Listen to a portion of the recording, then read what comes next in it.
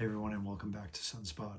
If you are a new viewer, I appreciate you tuning in, and if you're coming back, thank you for continuing this journey with me. I have a bit of a channel message today, so there are a couple topics in it, but the core fixture is something that I think you all very much enjoy, and then the rest will just be bonus.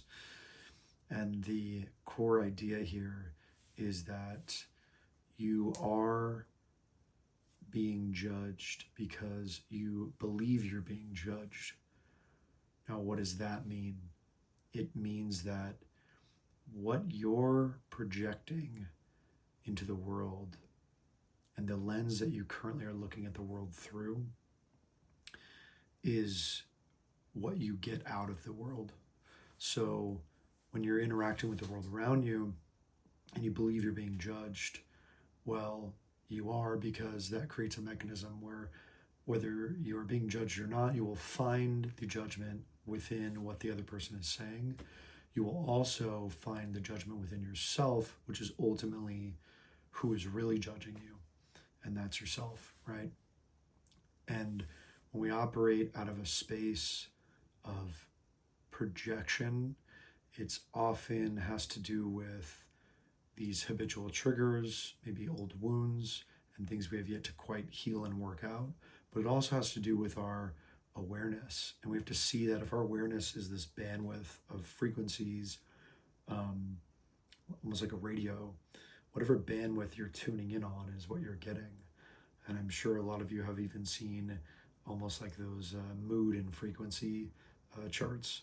And it's really similar, right? So if you are in that space of judgment yourself and you're judging everyone around you, and you're also concerned about judgment, that is what you are going to be picking up on from the world around you and receiving from the world around you, because you're tuned into that frequency. So in one breath, you can hear someone say something that may not even be judgmental, but that's what you're going to select to feel and hear. And that's your karma and your problem to deal with, you know? And now if someone is being a asshole to you and you are experiencing a reaction that you're having inside, that's for you to deal with, and them being an asshole is for them to deal with. So that's your karma and that's their karma. That doesn't mean that it's okay that they're being that way, but you have to see what's yours and what you're also tuning into. And I think often we can get so much more out of our interactions if we tune into a different bandwidth. And also, we will get maybe a more true or a more pure interaction with people. So now you've taken something that was judgmental, and instead you hear in it, oh, this person is concerned.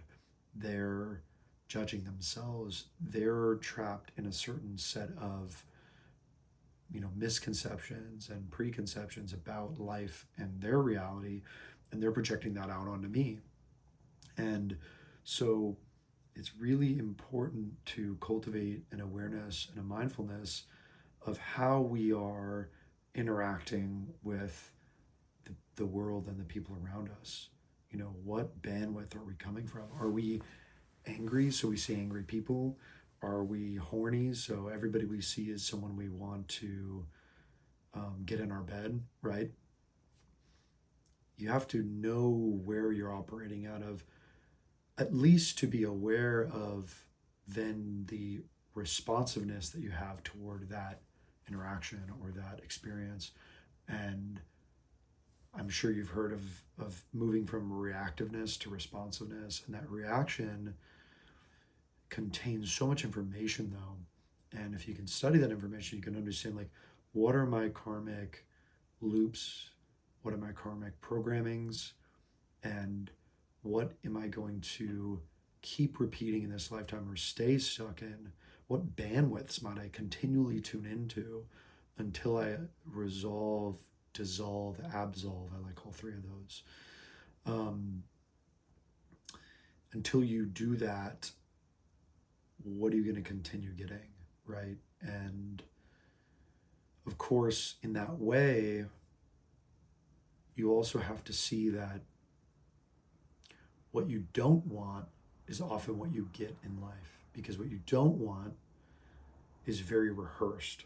So this is a little different, but related to the first idea here, is that you are so fixated on what you don't want in life that it actually becomes incredibly practiced, rehearsed, and anticipated, that you end up not only generating it but attracting it in your life and finding it. You actually end up seeking it out. And so you have to realize that, where am I, what bandwidths am I stuck in? So where am I constantly rehearsing the experience of judgment or anger or sadness or chaos that I'm experiencing in my life?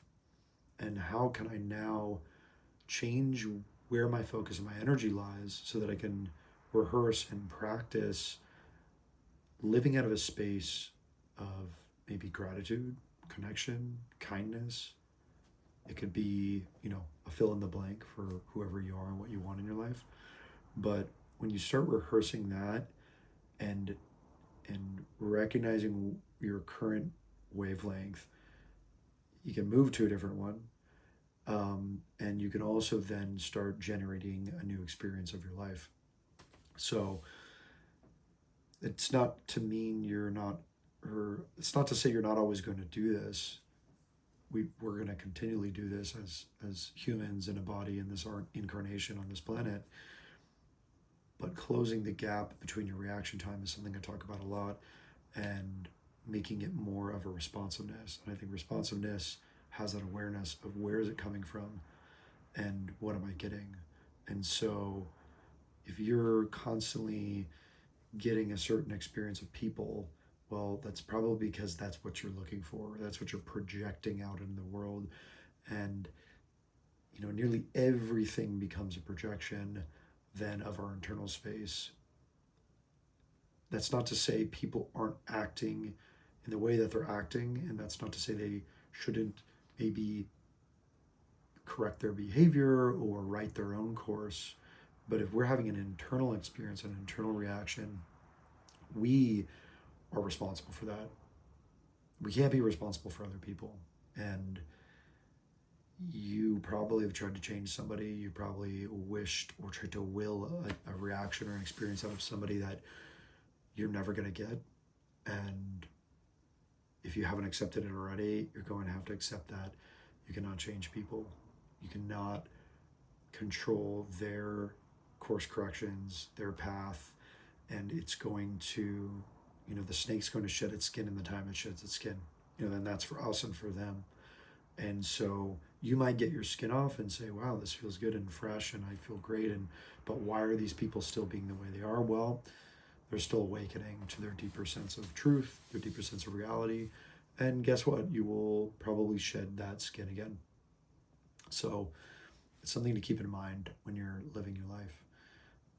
I think that as someone who has practiced this and tried to cultivate this more in my own life, you're going to see how so often we're living out of these stories that are a reactionary response to something inside of us.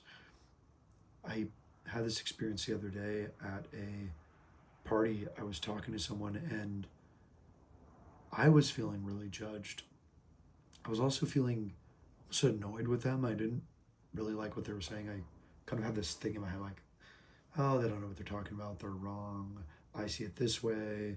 And almost a quality of ego too that was like, I see it in a better way or a clearer way, and they just don't, and they haven't realized it on some level that maybe I have. And it was very, very egotistical and very, really honestly judgmental of them, but also judgmental of myself because their words weren't even judgmental. And so really that whole feeling of judgment was being self-generated.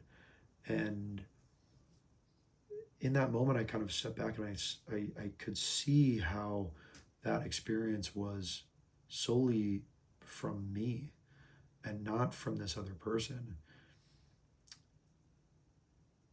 I had to take a step back and do a little bit of an awareness practice and dig into, well, why am I thinking this? Why am I feeling this? And I realized, well, I'm so quick to take external feedback as judgment or correction or critique. At least I have been in the past in my life. That is my kind of quick automatic assumption.